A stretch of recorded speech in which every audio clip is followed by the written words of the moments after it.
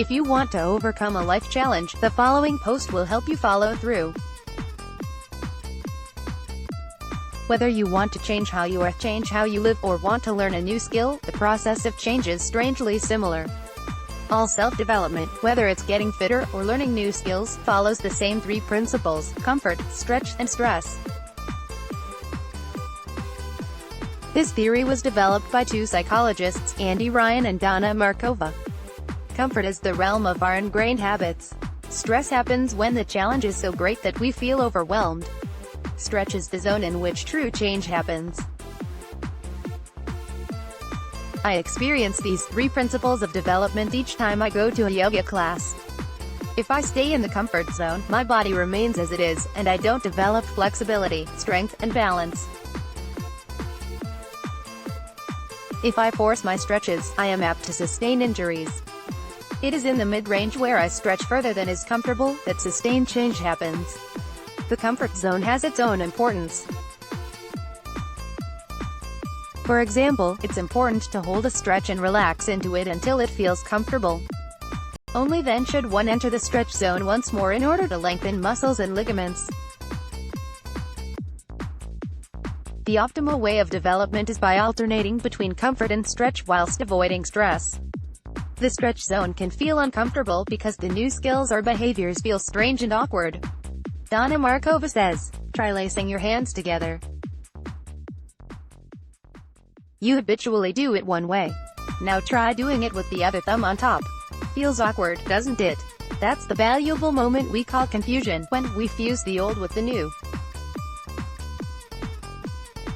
After the phase of confusion, the brain begins organizing the new input, creating new pathways in the brain if the process is repeated often enough.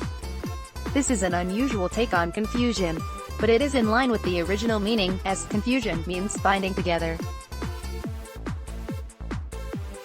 It means that it is necessary for the habitual and the new to fuse, in order for a new habit to form. This reminds me of the transformation of an ordinary caterpillar into a beautiful butterfly.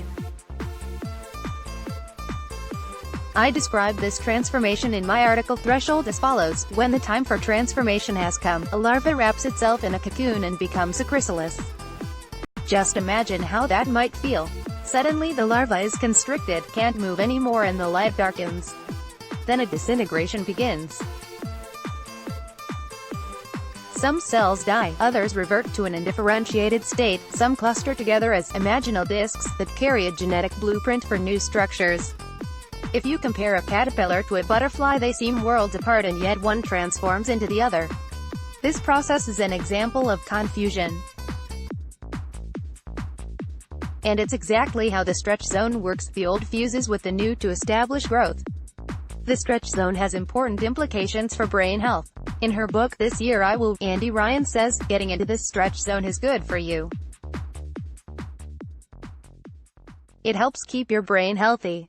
It turns out that unless we continue to learn new things, which challenges our brains to create new pathways, they literally begin to atrophy, which may result in dementia, Alzheimer's, and other brain diseases. Continuously stretching ourselves will even help us lose weight, according to one study. Researchers who asked folks to do something different every day, listen to a new radio station, for instance, found that they lost and kept off weight. No one is sure why, but scientists speculate that getting out of routines makes us more aware in general. Which of the three zones of development do you tend to inhabit? Do you prize comfort, resist change? If so, you may be someone who lives mostly in the comfort zone. Do you love learning and growing? Then you maybe spend most of your time in the stretch zone. If you often feel stressed and overwhelmed, you may be inhabiting the stress zone. All three zones have their place in life. The comfort zone is the phase of hibernation. In winter, no shoots can be seen above the ground, but beneath the earth roots are growing. The shoots are getting ready to pierce the soil and taste the sunlight. This phase is common in creative endeavors. It's the stillness and seeming dullness that we can experience just before a brainwave. We need to inhabit the stress zone when we're faced with new situations.